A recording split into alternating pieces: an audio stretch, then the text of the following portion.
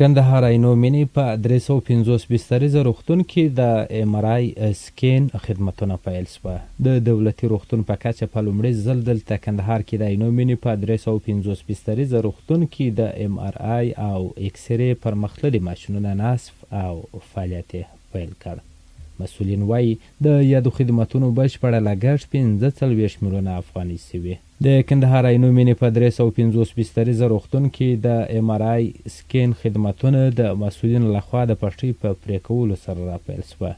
د امیر روغتیا وزارت مالیه او اداري معین مولوي محمد اسحاق صاحبزاده وایي د MRI او اکسرې دغه ماشینونه د امیر روغتیا وزارت په داخلي بودیجه پیرل شوي چې ټول ټال 45 میلیونه افغانۍ لګښت پرې شوی. د ټول زون دپاره یو ښه زیری او ښه خوشخبري ده چې نن موږ الحمدلله د عینو مینې په شبخانه کې د MRI افتتاح کوو چې هغه د اسلامي امارت په داخلي بودیجه باندې رانیول شوی د 40 میلیونو افغانیو په ارزش او داسې ورسره 500 اکسرې چې هغه د 15 میلیونو افغانیو په ارزش باندې رانیول شوی چې ډېره پرمختللې اکسرې او ډېره پرمختللې MRI ده.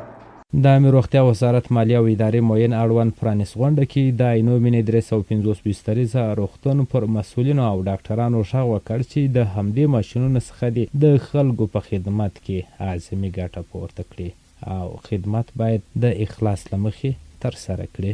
د خارج څونه مشکلات، د لارې مشکل، د ژبې مشکل، د ځای مشکل، د علاج مشکل، د پیسو مشکل.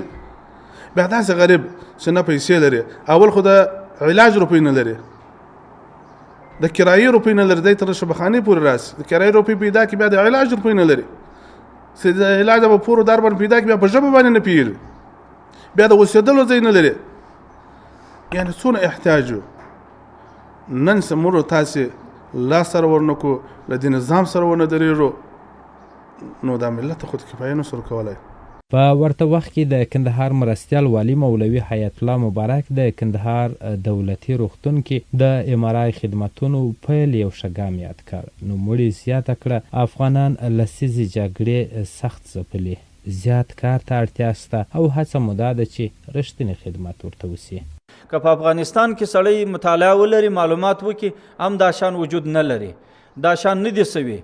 مخکې خلکو چې دلته څه پیسې په دغه نامه راوړي، هغه د دې نامه دپاره نه وي، هغه یوازې دا وي چې هایفومیل سي او غلا پشې وسي او بلکې تخریب په وسي. او نن د ښه خواته روان یو، الله دې مو نور هم د ترقۍ و ترفیع خواته بوځي. او یوازې موږ تاسو یو چې لاس سره ورکو، دا ملت ته د ناخالو څخه ژغورای سو او د مشکلاتو یې رایستای سو.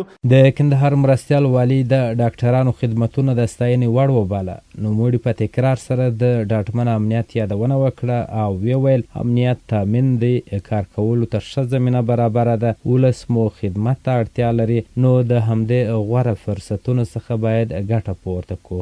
د روغتیا په برخه کې ډاکټرانو ته پکار ده چې لا هم د ناروغانو ښه درملنه وکړي او په اخلاص سره خپل مسؤلیت ادا کړي. ډاکټر صاحب محترمه، که مشر تا ته مراجعه کوي، د الله په خاطر د خپل پلار په سترګه ورته وګوره، اعزاز یې وکړه، خدمت یې وکړه. او که کشر درته مراجعه کول، د الله په خاطر درته وایم د خپل اولاد په صفت باندې، د خپل بچي په صفت باندې ورته وګوره او داسې اخلاص ورسره وکړه.